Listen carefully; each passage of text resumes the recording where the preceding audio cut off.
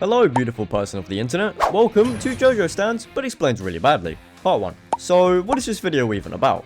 Well, let me answer your question, curious viewer. JOJO Stands, as I'm sure you know, can be annoyingly complicated and unnecessarily convoluted when Araki says goodbye to any sense of logic. And still to this day, many stands are misunderstood, so I decided to take matters into my own hands. Struggling to understand stands? Well, look no further. You found a video where stands are purposely explained terribly to the point they might actually make even more sense. You may have seen me butcher JOJO stands before, but now I'm putting 5 of the dumbest stand explanations together for one gloriously stupid breakdown. This video probably won't teach you much, but you will walk away knowing that time stop means nothing, erasing space is just teleportation with a vengeance, and Kira's stand is basically an exploding cat. If you can understand all of what I'm saying, then you're definitely a true JOJO fan. So sit back, lower your expectations, and let me explain 5 stands in the dumbest way possible. Starting with the Hando.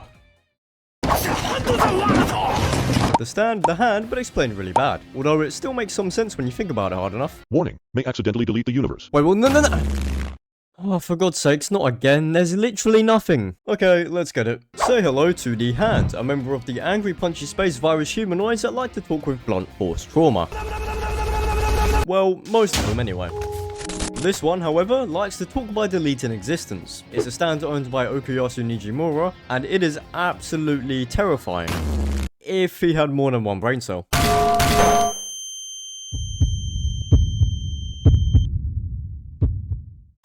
So yeah, what does the Hand do? Erase space, like literally. Swipes away any space existing with his right hand. That's right, he doesn't only punch you, he deletes the air between you and him so you just get yoinked into getting clapped. Get over here! Unfortunately, this stand is used worse than Sasuke's Rinnegan, both literally being glorified Ubers with unlimited potential. He could beat so many people if he just thought before using it. But no, Okuyasu's brain goes swing arm, hit thing. In theory, the hand could erase time, space, your taxes, student loans, and your will to live. But instead, Okuyasu uses it like it's a fly swatter. This stand is S tier power, Z tier strategy. So yeah, the Hand. Optimal power, minimal fault. Next up, Killer Queen.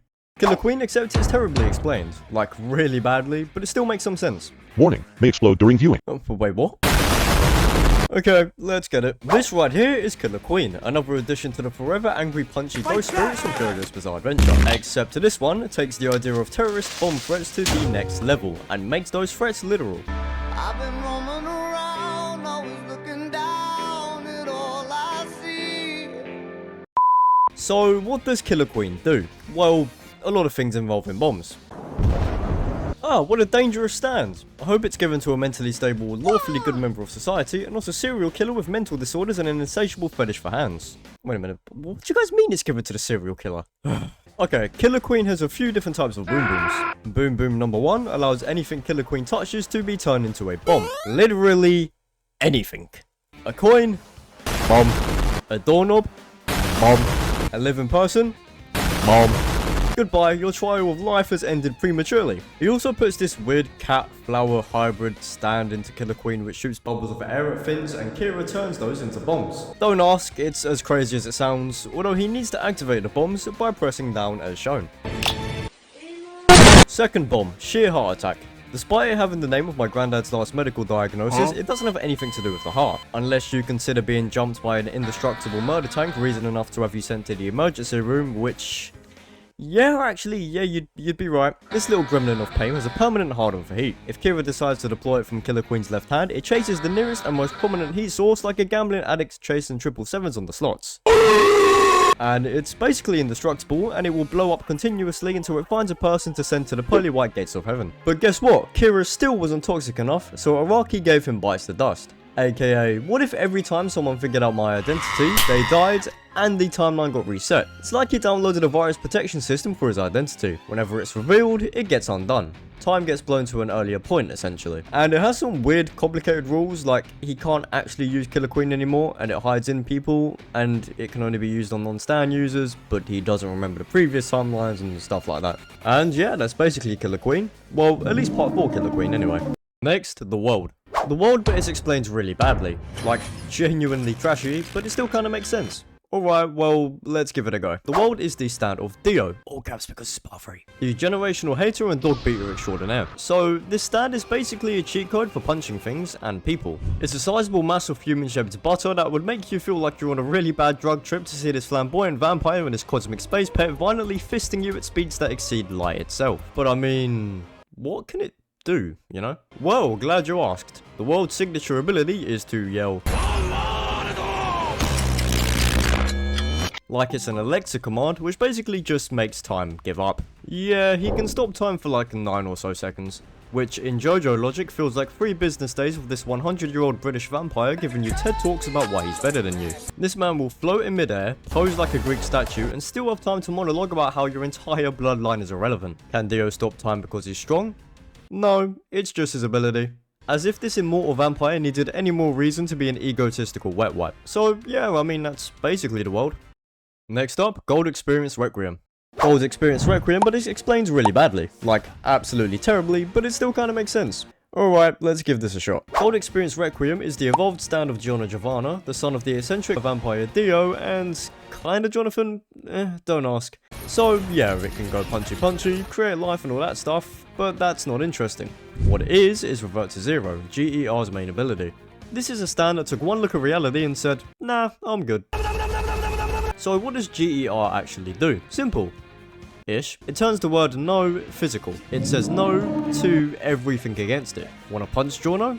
No. Wanna delete time? No. I think I want that back. You try and think to do something against Giorno? Denied. That thought never existed. Basically, it's like hitting the undo button on reality's keyboard. G.E.R doesn't beat you, it just sends you on a psychological side quest where you eternally fail to do anything. And yes, this ability exists outside of time and space, so unless you've got the world over heaven, you're pretty much good. Oh, and did I fail to mention that if you die from G.E.R, you get fated to live out an infinite death loop that lasts forever? Yeah, that is one hell of a way to go out. Rip on my man Diavolo. So yeah, that's basically Gold Experience Requiem.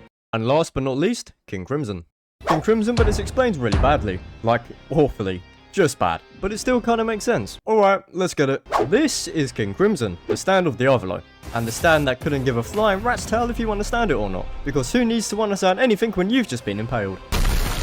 Okay, so what does it do? Well, apart from it dissecting you like a back alley surgery gone wrong, it erases time, but also skips it, but also remembers it, but you don't. Oh, and it can also see premonitions of the future, because why not?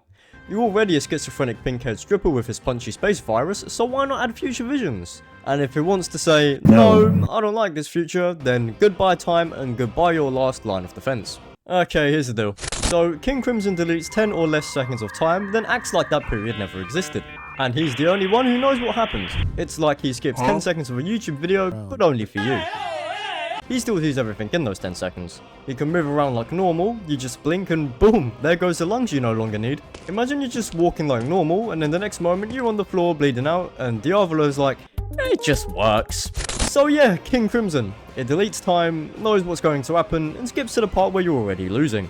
It doesn't make sense, it doesn't need to, because King Crimson just deletes your understanding. And that is part 1 of my terribly explained JOJO stand series, all in a long form video format. Depending on how this is received, I'll more than likely do a part 2 to this video after I've covered another 5 stands. Speaking of which, the next stand I'll explain horribly will be Koichi's Echoes Acts 1, 2 and 3. If you enjoyed this video, I'd appreciate it if you can drop a like and a sub. Thank you guys for watching, and I'll see you in the next video. Have a good week, you guys.